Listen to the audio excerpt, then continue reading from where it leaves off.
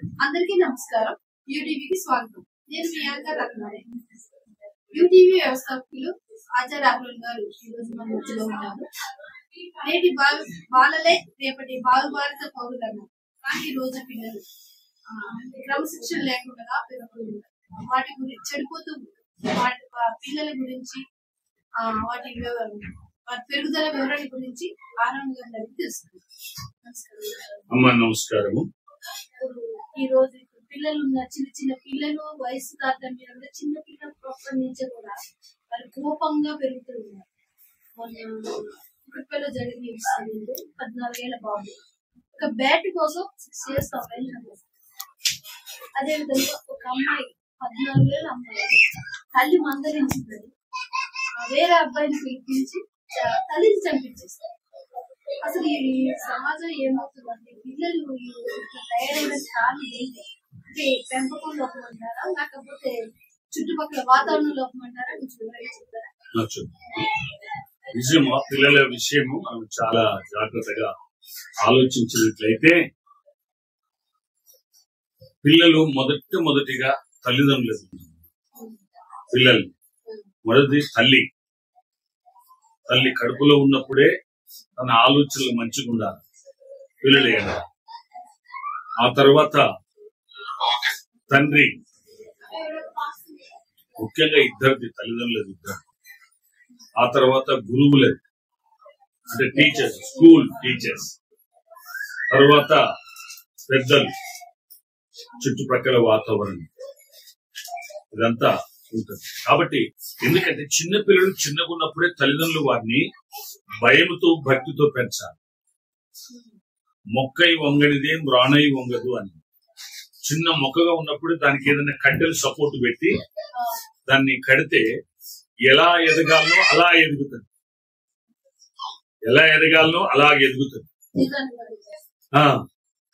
అదే ఆ చెట్టు పెద్దగైన తర్వాత మ్రాను పెద్దగా ఉంటుంది, దాన్ని వంచాలంటే వంగదు. కాబట్టి చిన్నపిల్లలు అప్పుడే వంచేది. ఉదాహరణకు టేక్ చెట్టు ఉంటుంది చూడండి, టేక్ చెట్టు అది మంచి కాస్ట్లీ వుడ్ అనమాట. అటువంటిది టేక్ చెట్టు చిన్నప్పుడే దాని ప్రక్క నుంచి కొమ్మలు వచ్చినప్పుడు వెంటనే చిన్నప్పుడే చేసేస్తారు. ఆ తర్వాత చెట్టు ఎదిగిన తర్వాత మంచి ముడులు లేకుంటుంది. అదే చిన్నప్పుడు కొమ్మల్ని అట్నే ఉంచడం అనుకో, ఆ చెట్టుకి అన్ని ముడులు ఉంటాయి, దాని దేనికి పనికిరాదు. చెట్టు దేనికి పనికిరాదు, దాని గుడ్డు అన్ని ఓల్డ్స్ ఉంటాయి, ముడులు అంటారు వాటిని. కాబట్టి చిన్నప్పుడే ఆ సైడ్ కి ఎదిగే కొమ్మలను కట్ చేయాలి. అందుకే టేక్ చెట్లు పెంచేవాళ్ళు చిన్నప్పుడు ఆ చుట్టుపక్కల పెరిగేటువంటి ఆ కొమ్మలను కట్ చేస్తూ ఉంటారు. కాబట్టి అలాగున చిన్న పిల్లలుగా ఉన్నప్పుడే వారిలో ఉన్నటువంటి చెడు బీజాలను తొలగించాలి. మొదటిది తల్లి గర్భములు పెరిగేటప్పుడే మంచి ఆలోచనలు ఇవ్వాలి. మంచి ఆలోచనలు ఇవ్వాలి. అంటే ఎందుకు అదే స్త్రీ తల్లిగా ఏం చేస్తుందండి అని అంటే, మన భారతంలోనే ఉన్నది.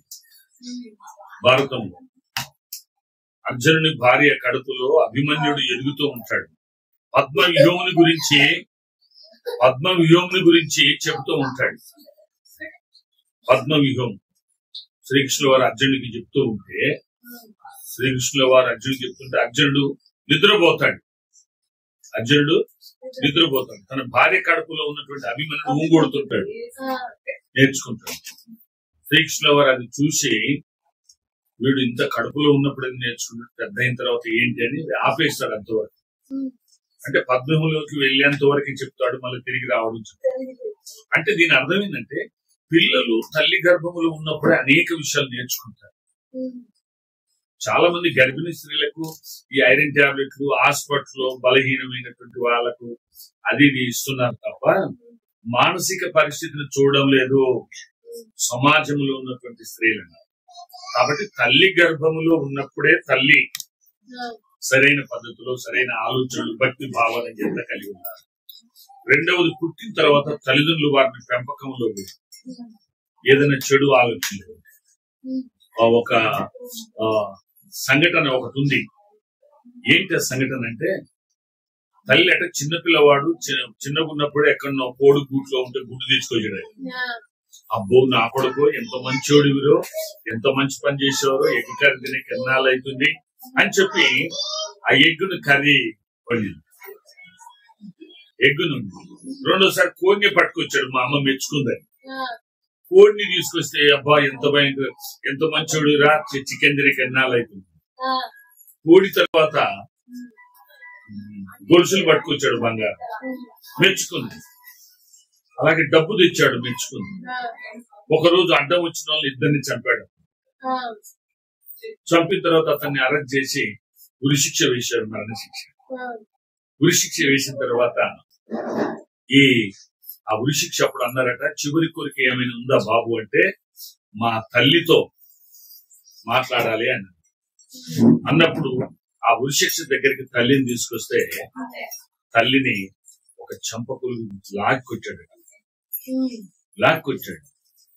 ఏంటి ఇలా కొట్టావు బాబు, తల్లిని చూస్తా అని మాట్లాడతాను, చనిపోయే ముందు తల్లిని ఇలా కొట్టామంటే, సార్ ఇదే దెబ్బ నేను చిన్నప్పుడు కోడిగుడ్డు దొంగతనం చేసినప్పుడు కొట్టుంటే నేను ఈనాడు ఉరిశిక్షకు గురి కాకపోదు సార్ అని అన్నాడు. అంటే చూడండి, చిన్న పిల్లవాడిని చిన్నప్పుడే అతన్ని సరిచేయాలి. తప్పు చేసినప్పుడు స్కూల్లో ఎవరిదో బ్యాగ్ లో ఒక రబ్బరు లేకపోతే ఎరేజరు పెన్సిల్ తీసుకొస్తాడు. ఎవరిదో ఇది నేను దొంగియలే కదా, ఎక్కడిది అని వెంటనే అతన్ని దండించి మరలా ఇచ్చేసే అతనికి అని పోయేటప్పుడు చెప్పాలి. చెప్పి అలా చెడును చిన్నప్పటి నుంచే ఖండించాల. కాబట్టి అలాగనే ఖండించినప్పుడు తల్లిదండ్రులు ఖండించినప్పుడు ఆ కుమారుడు ఒక క్రమశిక్షణలో పెరుగుతాడు. తర్వాత రెండవది, పిల్లల తల్లిదండ్రుల దగ్గర పెరిగిన తర్వాత 5 సంవత్సరాలు తల్లిదండ్రుల దగ్గర పెరుగుతాడు. పెరిగిన తర్వాత స్కూల్ కు పంపిస్తారు. స్కూల్ కు పంపించినప్పుడు మొట్టమొదటి సమాజాన్ని ప్రొడక్షన్ ఇచ్చేది టీచర్సే. వారితో ఒక మానవత్వం, ఒక మంచితనం, ఏమైనా వీళ్ళు స్కూళ్లలో మార్కులు రావాలంటే బట్టి వేయడము ఇదంతా ఉంటుంది తప్ప ఏమీ చేయడం లేదు. ఓన్లీ ప్రశ్నలు ఆన్సర్స్ బట్టి వేయడము, మార్కులే చూస్తారు తప్ప మానవత్వం చూస్తలేదు, క్రమశిక్షణ చూడడం లేదు, సైకాలజికల్ గా ఎలా ఉంటున్నారు పిల్లలు అనేది కూడా ఆలోచించడం. రెండవది, స్కూల్ టీచర్స్ యొక్క ప్రభావం. కాబట్టి అలాగనే చేయాలి. మూడవది, సమాజం టీవీలు, సెల్ ఫోన్లు. టీవీలకు ఇంతకుముందు ఉన్న టీవీల ప్రభావం అంతగా లేదు. ఎందుకంటే ఇప్పుడు టీవీలో ప్రపంచం అంత ఉంటుంది. ఆ ప్రపంచం ఇప్పుడు సెల్ ఫోన్లకు ఎక్కింది. ఆ సెల్ ఫోన్ చేతిలో ఉంది. ప్రపంచం ఎక్కడికంటే ఇప్పుడు టీవీ చూడాలంటే పిల్లలు ఎవరు తల్లిదండ్రులు లేనప్పుడు అది పెట్టుకొని తమకి ఇష్టమైన చూసేవాళ్ళు. ఇప్పుడు టీవీ కాదు కదా, ఒక గోడకుండే టీవీ గోడకాన్నే ఉంటుండే, ఎప్పుడో ఒకసారి చూసేది ఉంటుంది. తల్లిదండ్రులు కూడా గమనిస్తుండ్రే ఏం పెట్టినవరా అని. ఇప్పుడు సెల్ ఫోన్ వచ్చింది కదా, ప్రపంచం అంతా సెల్ ఫోన్ లో ఉంది. Cell phone. ఇక రెండవది, తినే ఆహారం బట్టి కూడా ఉంటుంది. మనిషి చికాకు అయిపోతుంది. ఇప్పుడు ఈనాడు మనుషులు కూడా మారాల్సిందే. మనిషి ఎదుటివాడు ఎటన్నా పోని, నా కడుపు నిండితే చాలు. స్వార్థం. నా పిల్లలు బాగుండాలి, ఎదుటి వారి పిల్లలు చెడిపోవాలి, నా పిల్లల కంటే గొప్ప వాళ్ళ పిల్లలు ఉండకూడదు. ఇటువంటిది అందరి తల్లిదండ్రులు, అందరి మనస్తత్వాలు ఉన్నాయి. ఇటువంటి స్వార్థము, క్రూర స్వభావము, ఇటువంటి కొంచెం స్వభావము, ఇటువంటి ప్రభావాలు ఉన్నంత కాలం పిల్లలు అలాగే తయారవుతారు. అందుకే ఒక సామెత ఉంటుంది కదా, తల్లి చేనులో మేస్తే పిల్ల గెట్టిన మేస్తుందా. ఒక చేనుంది, దానికి ఒక గెట్టు ఉంది. తల్లి పోయి చేలో లోపల మేస్తుందట, పిల్ల గెట్టినందుకుంటుంది, ఇంకా లోపడిపోతుంది పిల్ల అన్నట్టు. ఈ పెద్దలు తల్లిదండ్రుల యొక్క మనస్సు మారితే పిల్లల మనసు కూడా మారుతుంది. పిల్లలు తల్లిదండ్రులలో కూడా మానవత్వము, మంచితనము, సమాజ శ్రేయస్సు, దేశ క్షేమము, తోటి వారిని ప్రేమించడము, పొరుగు వారిని మంచి చెడులు చూడడము, మనస్తత్వం కూడా మంచిగా ఉండాలి. ఉంటే తల్లికున్న మనసు పిల్లలకు వస్తుంది. కాబట్టి అలాంటి మనస్తత్వం ఉన్నప్పుడు ఇదిగైతారు. లేదంటే పిల్లల్లో స్వార్థం. మీరు అన్నట్టు ఏది కుక్కటి పెళ్ళైనా ఒక బ్యాట్ కొరకు 40 years అబ్బాయి 6 years అమ్మాయిని చంపేశాడు. ఎంత ఆశ్చర్యం చూడండి. అంటే అలాంటి నాకు బ్యాట్ చంపేస్తానే మనస్తత్వం అలాంటిది అంతే కదా సార్. ఇప్పుడు ఈ పిల్లల్ని కొట్టేటప్పుడు కూడా ఈ తల్లిదండ్రులు భయం చెప్పేటప్పుడు కొంతమంది తల్లులు విచక్షణ జ్ఞానం కోల్పోయి పిల్లల్ని దండించడం ఎక్కువ అవుతుంది. అంతేకాకుండా స్కూల్లో టీచర్స్ మంచి చెడ్డలు చెప్తున్నా వాళ్ళు ఒకటి మందలించినా తిట్టినా మా పిల్లలు ఎందుకు తిడుతున్నారు అంటే దాంతో టీచర్స్ ఎందుకు గొడవకు వస్తున్నారు భయంతో కూడా కొంతమంది టీచర్స్ దండించడం తగ్గించేస్తారు. పిల్లల్ని సరి చేయడానికి టీచర్స్ క్రమశిక్షణ నేర్పుతున్నప్పుడు కొన్నిసార్లు దండించాల్సి వస్తుంది. దండించాల్సి వస్తే మాట అన్నా కానీ మా ఊరిని ఏమో అన్నవట అని తల్లిదండ్రులు వాళ్ళ బంధువులు అందరూ కూడా స్కూల్ మీదకి వచ్చేసి ఆ టీచర్ ను ఆ హెడ్ మాస్టర్ ను అనడం. పూర్వకాలము టీచర్స్ అంటే పిల్లల్ని ఎంత కోదండం తీసేవారు,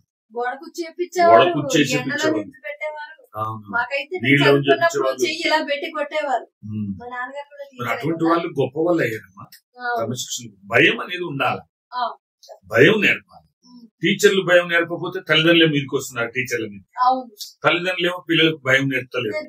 క్రమశిక్షణ మా ఊడు కదా మా పిల్లోడు కదా గారాభంగా పెంచడం. దాంతో మెయిన్ ఎక్కువ శాతం తల్లిదండ్రులది దాదాపు ఒక 60-70% తల్లిదండ్రులదే ఉంటుందమ్మా. అందుకనే కొన్ని స్కూళ్ళలో చూసారా తల్లిదండ్రులకు ఎక్కువ హైయర్ ఎడ్యుకేషన్ ఉంటుంది, ఆ పిల్లల్ని తీసుకుంటారు. వాళ్ళు కనీసం గ్రాడ్యుయేట్స్ అయి ఉండాలి, కనీసం తల్లి కాకుండా తండ్రి కాకుండా తండ్రి ఒకరన్నా గ్రాడ్యుయేట్ అయి ఉంటేనే ఆ స్కూల్లో తీసుకుంటారు. నేను ఒక స్కూల్ చూసానండి, మెయిన్ ముఖ్యంగా తల్లిని ఇంటర్వ్యూ చేస్తున్నారు వాళ్ళు, తండ్రిని చేయట్లేదు. ఎందుకంటే తండ్రి డ్యూటీకి వెళ్తాడు, తల్లే కదా పిల్లల్ని సక్రమంగా చూసుకునేది. తల్లిని ఇంటర్వ్యూ చేస్తున్నారు. మనం తెలిసిన స్కూల్లో చూసాను. ఆ తల్లిని ఇంటర్వ్యూ చూసి ఆమె కరెక్ట్ గా అన్ని ఆ మెంటల్ గా అన్ని సమాధానాలు కరెక్ట్ గా చెప్తే ఇస్తున్నారు. వాళ్ళు ఫీజు కోసం ఆలోచించలేదు, పిల్లల్ని ఇలా ఈ విధంగా ఆలోచిస్తున్నారు. కాబట్టి తల్లికి తెలుసు పిల్లల మనస్తత్వం. చిన్నప్పటి నుంచే గయ్యాతనము చేస్తుంటారు, అల్లరి చేస్తుంటారు కదా, అప్పుడే దండించాలి. అందుకని నేను బైబిల్లో మాట చూసిన, తండ్రి శిక్షించిన కుమారుడు జ్ఞానవంతుడు అవుతాడని. తల్లి ఏం చేస్తుందంటే చెప్తుంది, ఖండిస్తుంది. వినకపోతే తండ్రికి చెప్తుంది, వీడు ఇలా చేస్తున్నాడండి, ఈ అమ్మాయి నేను చెప్పిన మాట వింటలేదు, ఇలా చేస్తుంది. తినేటప్పుడేమో అన్నం నెయ్యేసి పప్పేసి ఇంకా చక్కగా మంచిగా కాస్ట్లీ రైస్ పాత బియ్యం ఉడకబెట్టి చక్కగా పెట్టి అది కూడా సరిపోవట్లేదంటే సెర్లాకో ఇంకేదో బలమైన ఆహారాలు తీసుకొచ్చి పెడతారు, కానీ వాళ్ళకి బుద్ధిని నేర్పరు తల్లిదండ్రులు. నేను అనుకుంటామా 70% తల్లిదండ్రులదే చిన్నప్పటి నుంచి. ఎందుకంటే మొక్కకున్నప్పుడే చిన్నప్పుడు పెంచాలి. చెప్తే అది తీసుకురా చిన్నప్పుడు భయం చెప్పాలా. చిన్నప్పుడు వేరే వాళ్ళు ఎవరు చెప్తున్నా వినరు. ఎవరు నువ్వు మా మమ్మల్ని చెప్తావు. దానికి కూడా ఒక ఇన్సిడెంట్ జరిగిందండి. తండ్రి బాగా భయపెడుతూ ఉండేవాడు. దాంతో వాడు ఏం చేశాడంటే మార్కులు తక్కువ వచ్చాయి, నాన్న తిడతాడేమో నాన్న కొడతాడేమో అని భయంతో ఇంట్లోంచి వెళ్ళిపోయాడు. భయపడి పారిపోయాడు. అతి భయం కూడా మంచిది కొట్టాలి, దగ్గర తీయాలి, నీతి చెప్పాలా. బాబు అట్లా తప్పు చేయొద్దు, వేరే వాళ్ళ ఫ్రెండ్స్ ముట్టుకోవద్దు, వేరే చూసుకోవద్దు, దొంగతనం మంచిది కాదు అని భక్తి భయం చెప్పాలి. ఇక్కడ దేవుడు ఇక్కడనే కాదు స్కూల్లో ఉన్న చూస్తుంటాడు అనేది ఒక ఆధ్యాత్మిక జ్ఞానం కూడా అలవాటు చేయాలి. చేసి దైవ భక్తి, తప్పు చేయడము తప్పు చేయకూడదు అని తప్పుగా చెప్పడం, ఇదంతా చేస్తే తప్పకుండా వాళ్ళు కూడా మారుతారు. చిన్నపిల్లలు ఆహారం కూడా అవసరమే. ఆహారం కూడా వేడి పదార్థాలు ఎక్కువగా ఈ ఫ్రై కర్రీస్ పెట్టడం, ఎక్కువ తినడం, ఇది కూడా అవసరం. అందుకని పిల్లలు చెడిపోతున్నారు. కాబట్టి పిల్లల్ని ముఖ్యంగా తల్లిదండ్రులే, కన్న తల్లిదండ్రులు కాబట్టి. ఇప్పుడు కొన్ని దేశాలలో పిల్లల్ని కొడితే జైలు శిక్ష తల్లిదండ్రులు, అట్లా కూడా ఉంది. అది కూడా ఉంది. కానీ పిల్లల్ని ప్రేమతో పెంచాలి, భక్తితో పెంచాలి, భయంతో కూడా. అంటే కొట్టడం అంటే ఇక భయం పెట్టాలని ఊరికే కొట్టడం హింసించడం కాదు. ఒకసారి భయపెట్టి అదే భయాన్ని కంటిన్యూ చేస్తూ ప్రేమతో ఉండాలి. బాబు నువ్వు మంచి చేసిన, నేను మంచి చేసినంత కాలం మా డాడీ నన్ను ఏమన్నాడు, మంచిగా చదువుకున్నంత వరకు నన్ను ఏం చేయడు, నాకు కావాల్సినది కొనిస్తాడు మా డాడీ. ఏదైనా తప్పు చేస్తేనే మా డాడీ రావాలా. ముఖ్యంగా ఈ మనస్తత్వాలు కూడా మారాలంటే తల్లులు తమ గర్భంలో ఉన్నప్పుడే పిల్లల్ని సరైన ఆలోచన విధానంలో పెంచాలి. పెంచినప్పుడు తప్పకుండా పిల్లలు మారుతారు. ఇంకా మొన్న ఈ మధ్య జరిగింది వైజాగ్ లో ఒక అబ్బాయి, ఒక 20 years అబ్బాయి, తల్లిని బండి కొనివ్వకపోతే చచ్చిపోతానని బెదిరిస్తే నా కొడుకు ఎక్కడ చనిపోతాను భయపడి 3 లక్షలు పెట్టి బండి కొన్నది. మర్నాడు యాక్సిడెంట్ చేసి చనిపోయాడు. బండి ఎంత ఘోరం తల్లిది, ఎంత మానసిక వేదన. అది అతనికి మంచిగాను చెప్పాలా, బాబు ఇప్పుడు కాదురా, నువ్వు సరిగా దాన్ని హ్యాండిల్ చేసేటప్పుడు కొనుక్కుంటూ నీకు కొనిస్తాము, నీకు అట్లే ఉంది, ఇప్పుడు చేస్తే అది అవసరం లేదు కదా, యాక్సిడెంట్లు అయిపోయి భయంకరంగా. అట్లా చాలా మంది పిల్లలు వాళ్ళు ఏదో కోరినట్లు కొనియకపోతే ఏం చేసుకుంటారో అని భయపడటం, మళ్ళా తర్వాత ఇచ్చిన తర్వాత అది మిస్యూజ్ అయ్యి యాక్సిడెంట్లు ఇదంతా జరగడం, ప్రమాదాలు జరగడం అనేది కాలంలో జరుగుతుంది. ముఖ్యంగా పిల్లలు క్రమశిక్షణలు పెరగాలంటే తల్లిదండ్రులు కాబట్టి అట్టే తల్లిదండ్రులు అవేర్ కావాలా. పూర్వకాలము పిల్లలకు పెద్దోళ్ళైన యవనస్తులైనాక పోయి చూసి వచ్చిన తర్వాత చెప్పేది, నీకు సంబంధం చూపించారా అంటే నాకు ఎందుకులే నాన్న అనుకుంటే సిగ్గుతో పోయేది.